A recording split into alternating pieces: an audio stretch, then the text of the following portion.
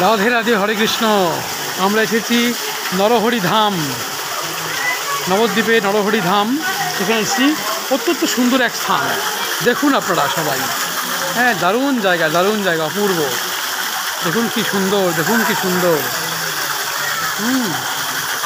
অপূর্ব এক জায়গা নরহরি ধাম।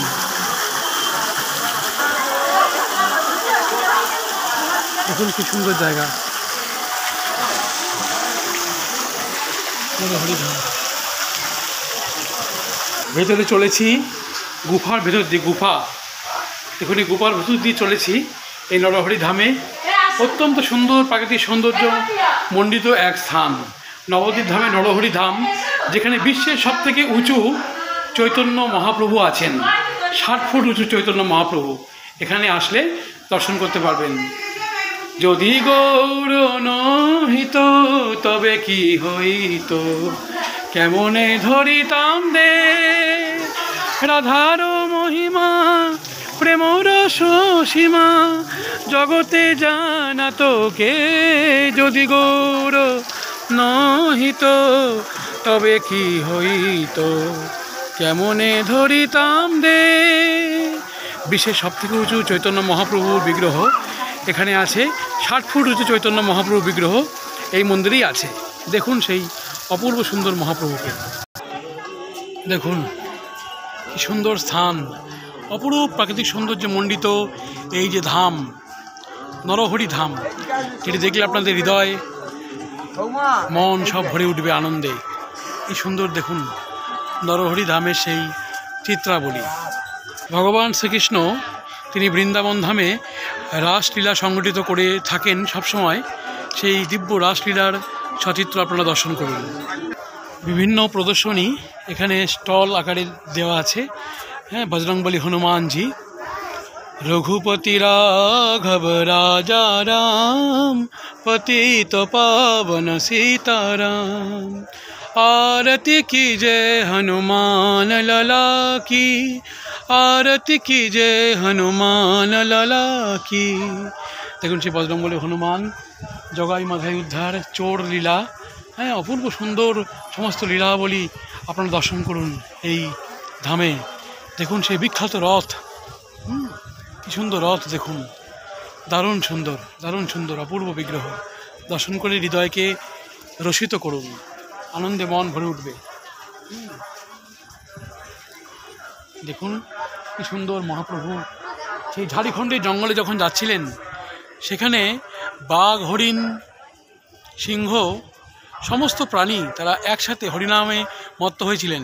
সেই দৃশ্য আপনারা দেখতে পাচ্ছেন।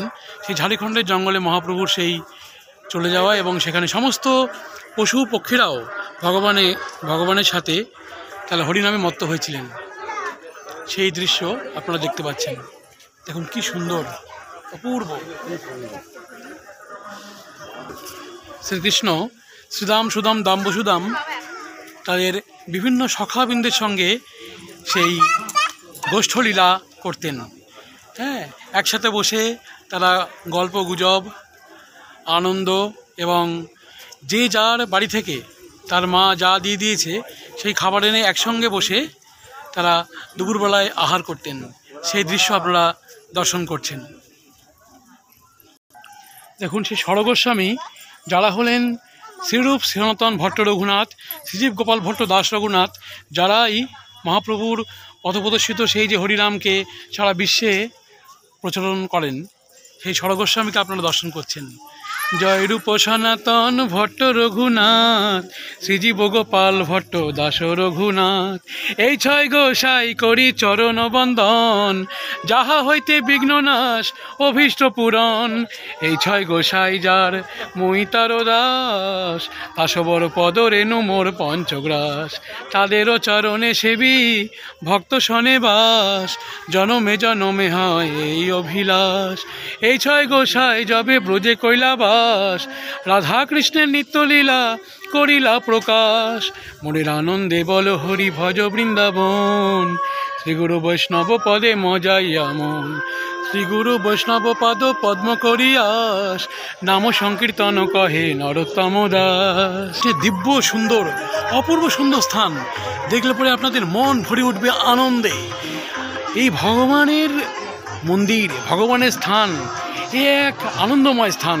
এখানে নেই কোনো দুঃখ, নেই কোনো কষ্ট, নেই কোনো জড়া ব্যাধি মুক্ত এক স্থান, দিব্য ধাম, নরহরি ধাম, নবদ্বীপ ধাম। আসুন সকলে এই নবদ্বীপ ধামে এসে আমরা মহাপ্রভুর সেই চরণ বিজড়িত সমস্ত স্থানগুলোকে দর্শন করে যাই, হৃদয়কে রসিত করি। তো আসুন, আমরা সেই অপূর্ব সুন্দর স্থানে রয়েছি, আপনাদের দেখলে মন ভরে উঠবে আনন্দে আর কি। হ্যাঁ।